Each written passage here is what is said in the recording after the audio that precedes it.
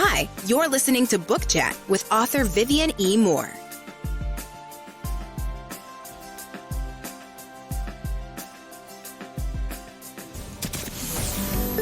Welcome, everybody, to this week's episode. We really appreciate you joining us. This podcast really shows us how we can all learn, live, and thrive off of each other. By sharing our knowledge through our conversations, we will impart some knowledge whilst learning ourselves how to progress even further. Here is your host.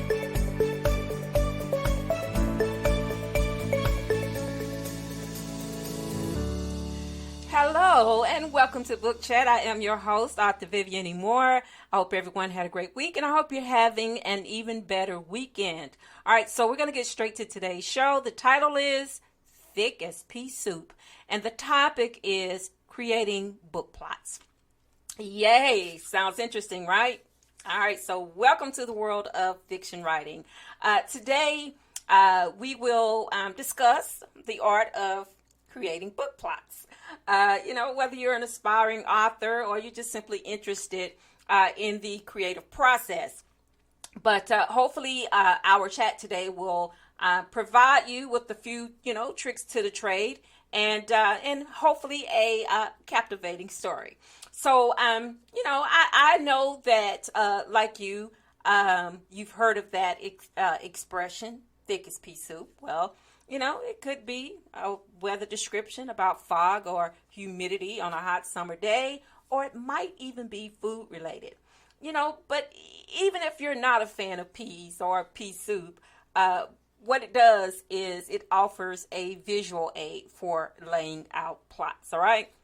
So first and foremost, let's establish the setting, all right? So every story needs a compelling setting that transports readers into a different world, and it could be set in various locations, depending on the genre and the theme of your book, okay? So, we could start out by saying a dense, foggy forest, an eerie Victorian mansion, or even a bustling city during a severe thunderstorm, all right? So it can just be that simple.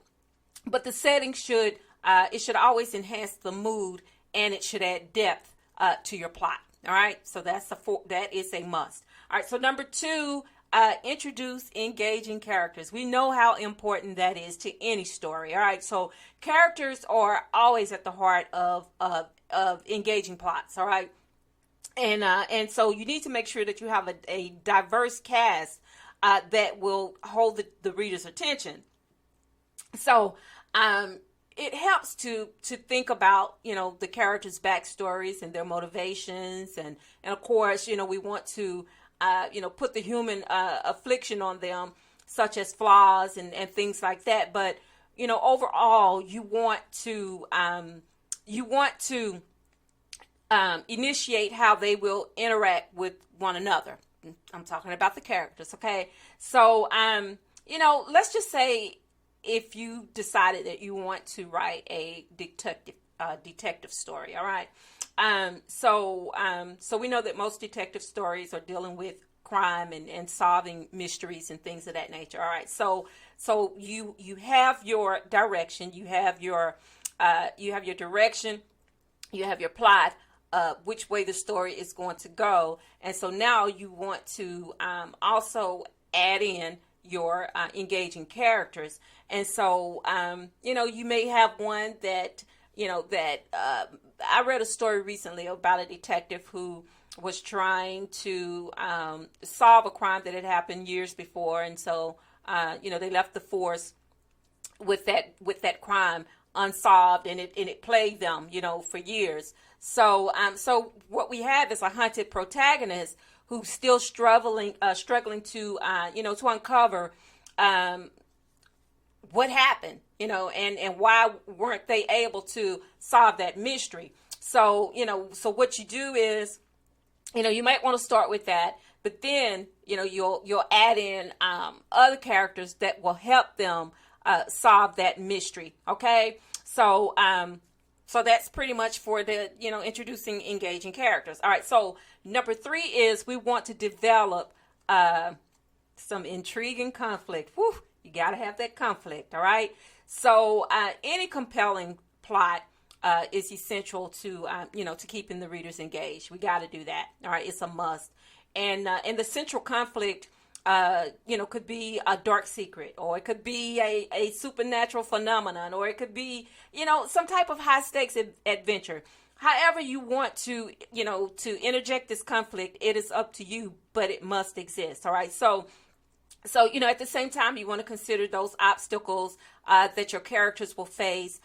You want to consider the risks that they'll take, and also the turmoil that they will experience. All right. So number 4 is create twists and turns. All right. So I know twists and turns sounds like dance moves, but it's not. Okay. What it is an excellent plot creation that will also help to keep readers on the edge of their seats. And what you can do, one way that you can do that is by weaving in, unexpected twists and turns into your plot. And, and sometimes the end result is a surprising revelation, or it could be a betrayal or some other type of unforeseen alliance. But anyway, just experiment with it. And, and remember to add in a few decoys and a little bit back history. And also have some reliable narrators, all right, or an unreliable narrator if you want to create those twists and plots in there, twists and turns into your plot. It just adds another layer of depth and intrigue to your storyline. All right, so number 5 is you want to build tension and suspense. All right, so everybody knows, even if you don't write books, but if you read them, that all stories have a level of tension and suspense, and also it's a good way to keep your readers, staying in that book until they finish it. And so, when you create that tension and that suspense, that is so critical to achieving that goal. And you want to utilize those cliffhangers, and you want to put have some time reveals in there, because everything has a place and time, and you don't want to do things too soon. You want to do it at the right time, at the appropriate time. And so, that feeds into that strategic pacing that we talked about last week that help keep readers turning those pages. And we definitely want to do that. So, the thickest pea soup, because we're talking about thick plots here, right? So, and the pun is intended, even if you didn't get it, the pun is there. And so, gradually, just increase the stakes, and, and escalate the tension until the end. All right. Because we all want that dramatic climax. All right. So number 6, crafting a satisfying resolution.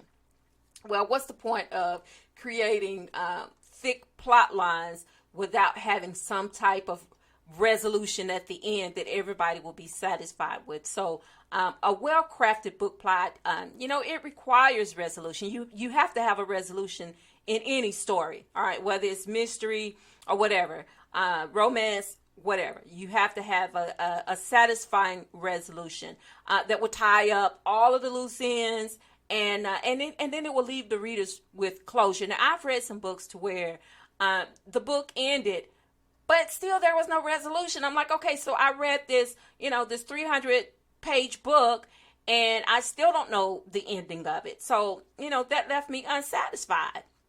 But anyway, you need to consider how it will conclude with all the mysteries solved at the end, or if you want to have a few hidden secrets remaining, that's okay. But still, if you're not planning on a sequel, and if that's not announced that the book is going to be a sequel, then of course having that satisfying resolution is necessary in order for the readers to have closure and the characters to have closure as well. So strive for a resolution that brings a sense of fulfillment, while leaving room for the readers to ponder and reflect, because we always want the readers to leave wanting more, but we don't want them leaving with less information than they had at the beginning of the story. Okay, so just think about that when you're crafting a satisfying resolution.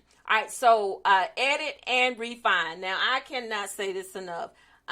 Editing is a major part of writing, okay? It goes with the territory. And I know that it is time consuming. It is a headache, but it's necessary, okay? So once you've written your book plot, it's time to edit and refine it, okay? You may think, oh, this is the bomb, but sometimes it's not, and you need to go in and add a few more details or take out a few details, okay? So the best way to edit and refine your story is by reading it through from the beginning to the end, okay? And what I do is I use those tools that comes with Word that allows me to listen to my story as if, you know, I'm reading and listening to an audiobook, okay? So that way you get to hear everything. You may not get the tones and the expressions, but still you get to listen to your story, you know, and you can follow it, you know, on the paper while you're listening to it, because that will help you, you know, to either make the plot better or to, you know, take away some things. But anyway, you know, you're looking for areas that you can improve. You know, maybe it's the pacing that could be improved, or maybe it's the characters that could be further developed, or to fill in those plot holes, you know, that needs filling. But and another way to do it is to, you know, let a trusted friend read your work, because they will give you feedback. They will give you honest feedback about your story. And that's what you need. You need someone that's going to be honest with you, that would tell you, you know, where you need to improve, because it'll help you gain a better perspective on those necessary revisions. But, you know, with anything, you know, a book is just the beginning of your journey as an author, okay? And the magic happens when you bring your words to life through captivating storytelling and vivid descriptions. So to all of my fellow authors and fellow writers out there, grab your pens, unleash your imagination, and let your story become a literary masterpiece. And happy writing to all of my fellow authors and those newbies that are out there testing the waters for the first time, trying to find their way in this writing world. All right, folks, so that is our show for today. I hope that I gave you some useful pointers, and I hope that you will listen, like, and share, because that is equally important to me that you do that.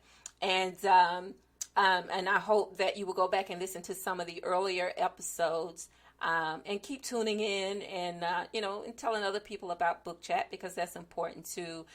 It helps me to fine tune the things that I do as well. You know, everything and everyone, you know, can use a little bit of improvement. So don't think that you're perfect, because you're not.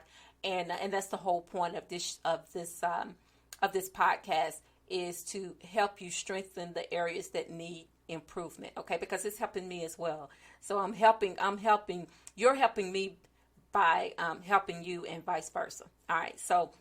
And also be sure to tell those, you know, who you care about the most, how you feel about them, because, you know, tomorrow's not promised. Today may be the only chance you get to say that. So on that note, I love you. I hope you love me back. Until the next time you hear my voice, God bless you, and goodbye.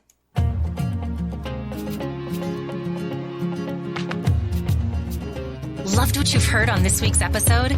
Well, the answer is simple. It would mean the world to us if you could head over to iTunes and leave us a 5-star review and feedback. Spreading the word really is the best way to grow our podcast and achieve even greater things. Thank you.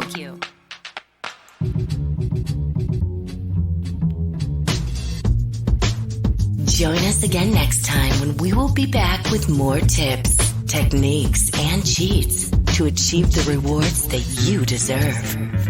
Thank you so much for your time today. And please set your podcatcher so that you never, ever miss us. Bye for now. And thanks so much for listening.